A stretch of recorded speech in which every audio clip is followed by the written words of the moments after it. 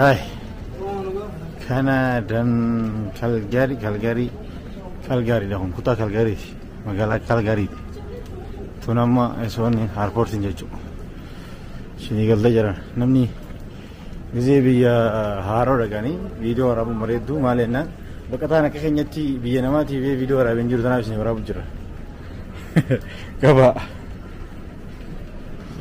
تلينين كان سنغالي ورّي جزيرة فتنغنا جزيرة فتن أربورتي خيستي فيديو رابو له فوتو هول نمني سندور كنجرو هو دندي سني بكب ملتوني نو أشون إكسي كوباجرو كاميرا ورابو بكذا نجا ونجر رمو ورابو كف سني في سني ورابا جرا ما له نام بكتان جزيرة تود هوتيل دفع بيده يهوانه دفنيا سني في سني تيما جرا سني قلتي سني ورابو جرا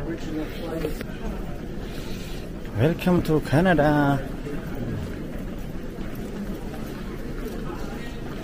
Baga kisasi hasizena baga. Khabaga hanno singesena. Welcome to Canada nasi. Hala. Yeah guys. Canada boss. Yumani ham Canada bodo jira. Bodo jira ngana.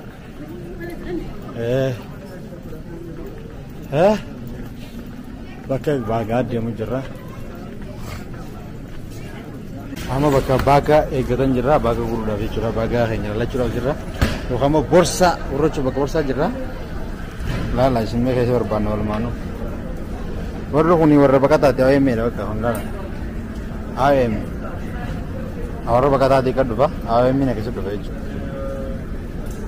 la warre kona mo ayme miti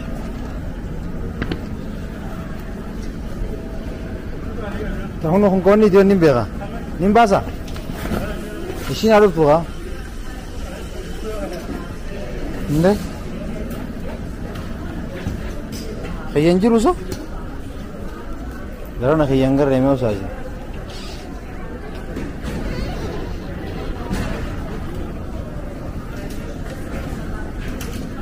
Borsang ini event sao? Guys, waktu kamu ke borsa itu pula tanggung jadi berapa? Borsa lah benar lah aja lah.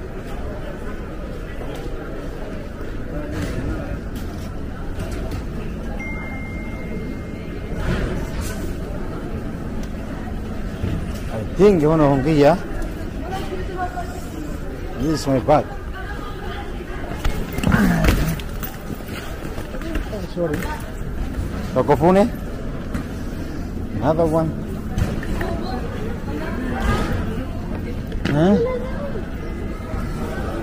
Aku magar tangkuni awe me kajo negara rawa ka bukuni warra amman tan bijana tufa jirani thi nu ye chukhen malaton tenya kan kanam ni talara kaunsa ni di borsara kam makani ga makalal tan makai tungonet Ali Ahmed Ibsa Ahmed Ibsa Ali Ibsa Ahmed Inanjan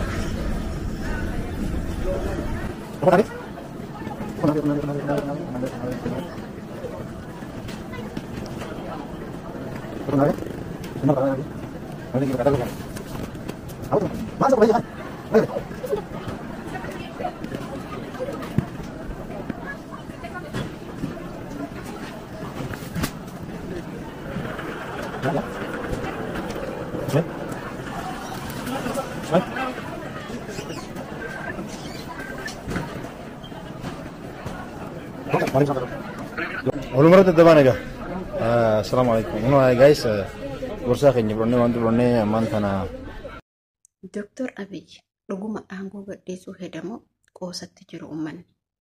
Har'amoo viidiyoo nani qabadhee isin dhufe waa'ee Dr. Abiy fi akkasuma mucaa Tonqaayii obboleettii teenya Hayaat akkasuma warroonni Hayaat gargaaruu barbaadan warroonni ijoollee Hayaat gargaaruu barbaadan ijoollee Hayaat namni gargaaruu barbaadan viidiyoo Sa'idoon faa kadheebsi viidiyoo Hayaat irratti anis viidiyoo san gadhiisee jira viidiyoo san daawwadhaa lakkoofsa qabadhaa warroonni Hayaat ijoollee Hayaat gargaaruu barbaadan biliis rabbii keessanii jedhaati lakkoofsa sanii Sa'idoo dubbisaati namni muraa yookiin achi kana dhageeffatu achi dhageeffatu hin danda'u maxxansa jechuudha.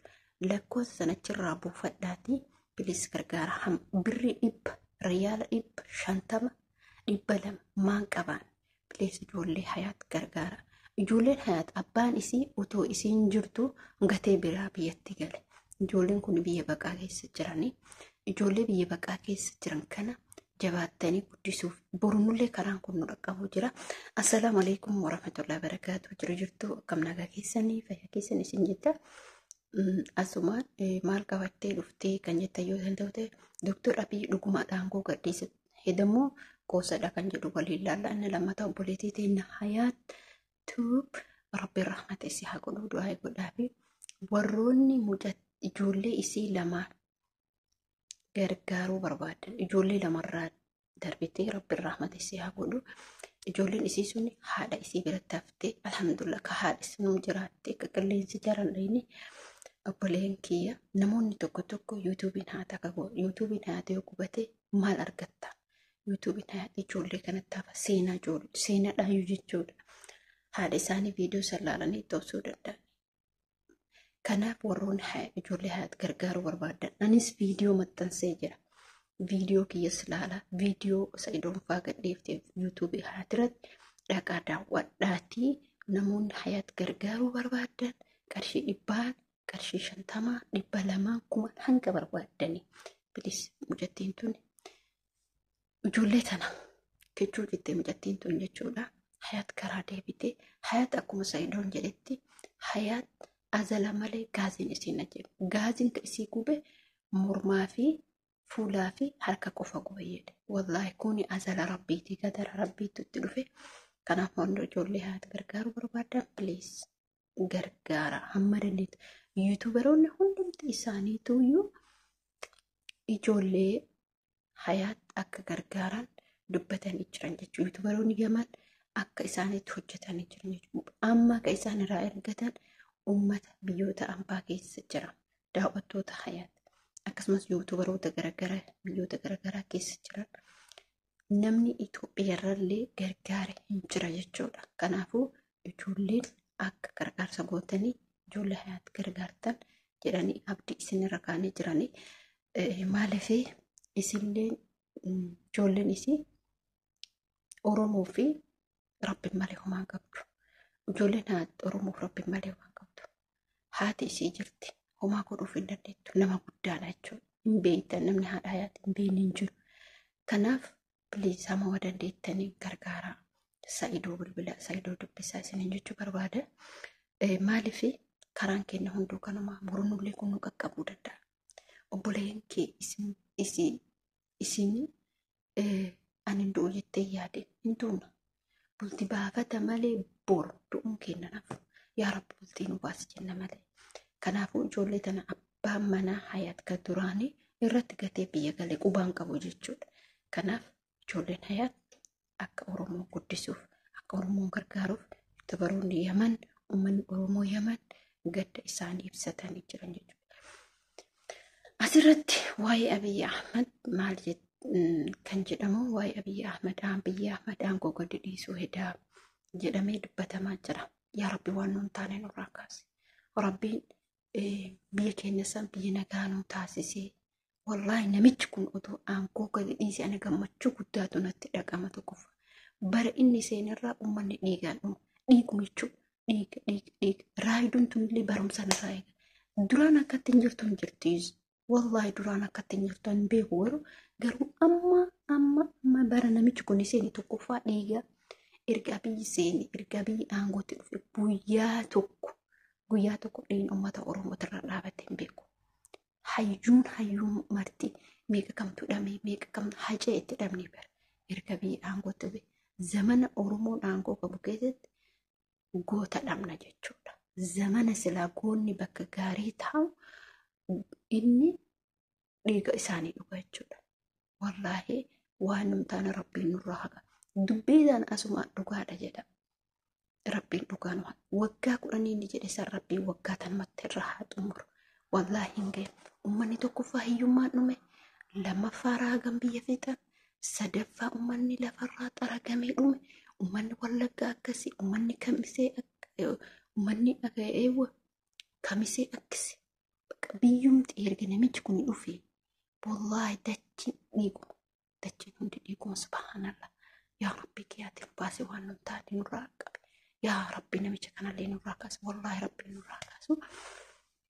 Mucaa Samoona Raagan akkasuma deebi'ee inti namni haqa namaa nyaatu wallahi dhasi tokkoffaa mucaa hantuutaa, lamaffaa namicha gaafa lukkuu awwaalu intala kun hattuun jechuudha. Hattuun immoo dubartii garuu haaraa dhageenye, nakka kiyyaatti dubartii haaraa dhagee magan dhiirra hinata. Gaafa tokko maal ta'e isinitti fakkaata isinii hima. Gaafa tokko maal ta'e isinitti fakkaata. Ani sa'aatii sufrii na fakkaata. Adaamaa keessatti mucattuu dhiyootan akka tasaa ol argine maal jette? Adaamaan hattuu. Wallahi Adaamaan taa'u jette. Maal isin fakkaata?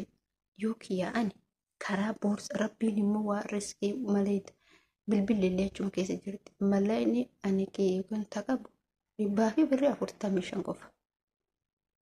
45 sunu taaskii wayii bakka biraatti irra yaabbadhee dhufe birri hagatti kennin beeku birri 45 wayii yaadadha. 45 wayii erga keessa qaba. Garuu 100 tanaas hin kaa'e. Edaa'in tamalsi gisee naa deebitu san argina wajjin jira. Ani maatti beeka. Asumaan gadi kaa'e. Waa bitee ta'e abbo waa bitee risiitillee wajjin jira. Waa bite. Risiitiin waraqaallee wajjin jira. Waa bite waan bite beeku. Gadi kaa'e. Amma gadi kaa'eetiin galuuf deema. Adama keessatti beeka akka amma hundumaa galuuf deemu bakka bachaa dhumarratti gisee kararratti bu'u safara nu galu sanatti karara akkas bu'ee namicha baarrii kafala jedha. Yoo gara shaantaa keessa galu biratti hin jirtu baafatte. Mucaan kun anumatti rirriqata karaman deemu bajaajin gaasa zahmaa itillee anumatti maanu akkanumaan nama ergasii moo haadhadhee galee amma namicha birrii kafalee galee gattaa'ee akkatti maataatiin barakatti ani waan beeku mucaan tokko anumatti rirriqata birrii ilaalee amma shaantaa keessa oganna kun birrii 100 bichaaf dura zirzirii waliin jirti jechuudha. Waa'ee hattuutiif hattuun dhiiratu nama hata dubartiin nama hatu kun immoo amma siyaasaadha jechuudha. Mala dubartiitti maal jijjiiramre dubartiin shakkitu abadan. Wallahi dubartiin ammallee dubartiin shakkitu yaa amma kaa garuu shakkisiisamuun beekamaadha. Dubartiin maaliif hinattu garuu amma shakkame intala sanillee rabbiinis namni haqa namaa nyaate wallahi rabbiin isiniisu si qaba. Nyam godhe si qaba. Isa raagullee rabbiin akkasitti qabe. Isa hatillee rabbiin akkasitti qabe. Wallahi warri haqa namaa nyaatan. Warri ijoollee biyya Arabaatti irrallee haqa namaa nyaattu. Rabbiin booddee akkasitti deebisee si qaba. Kanan dagate. Maaliif namni haqa namaa nyaatu eessattuuyyuu abadan hin bayu. Hin tura malee booda salphinni mataa isaati irra ta'a jechuudha. Dayfa ijoollee Arabaa nyaatu. Intalli kun amma ijoollee mucattii wayiitu wallahi waatu haasaa fida. Ita isii galaafate kana gaafa boolee gallu achuma keessa dhaabattee oolite ture giseen sun jechuudha. Waggaa 3 dura moo 4 dura mucattii sun boolema keessa dhaabatte ila booleedhaa gadi bu'anii taate sun immoo poolisii achi keessa ila loppilaarra xayyaararraa gadi buunee iddoon poolisii tokko kana jedhu mucattii tana namni yoo himu immoo hagasiis garasitti waamee jedhan. Wanti akkuma nama maraatee kana bu'atte. Rabbiin haqa hiyyeessan gate. Rabbiin Dr. Abiy illee nagumaan nurraa kaasee rabbiin gondaritti nurraa haa galchu. Nurraa haa deemu karaa nagaa. Maal isaa maal nu godha kalas nu dhuguma. Yoo gisee tokko gaarii hojjeta gisee tokko dimsis godhe kalas deebi'ee bakka. Yoo gisee tokko hamtuu hojjeta gisee tokko bakka waan maal namicha kanaatu namaan galu jechuudha. Yoo kanama sirriitti ol fuudhan. Dr. Abiy waan gaarii hojjetaa jiru. Ergasii immoo kama hamtuu fidu argan. Namichi kun yeroo aangoo qabatee meetaazaba yeroo aangoo qabatee tasaafaru hedduus biyya biraa tasaafaru biyya keessatti lolatu dhaabata. Waa buusa waa kudhettara. isinin galee waa godhee tala inta saafaraa edana akkasi ebalu akkasi edana bakka kanatti akkana lola akkana yeroo managaa qaburra oduma joori fa'aayyuu wala lole boodarra deemee joorarraa poolisii heessisu eegale deemee gaafa kanallee inta saafara balaa uumittara inta nama ajjeesa balaa uumee tasaafara abboo rabbiin nagaan nurraa hakaasu du'aayi godhaa warroonni Dr. Abiyyi nuu ta'e aabbichuun kee ati mana arabaa dalayda maatiin kee achi qorsoo akkaataanii bulan hin qaban yaa warra sammuun hin dalayne aabbichuu kee intalli gisee maskiinni qubate walla aabbichuu kee jettee safaarsite quraana rabbiitirra maskiida rabbiitirra aabbichuu isiitu bifa kana laatte barqabii caaluma eeqa kamtu jira dargaggeessi bishaan lagaa fakkaatu intala san taasisabe ijoollee jimaati in taasisabe wallaahi lasi baay'ee tokko na jibbisiifte maali gisee hamma naasofna hunda kanaaf viidiyoo kiyya laayik sheer sabskraayib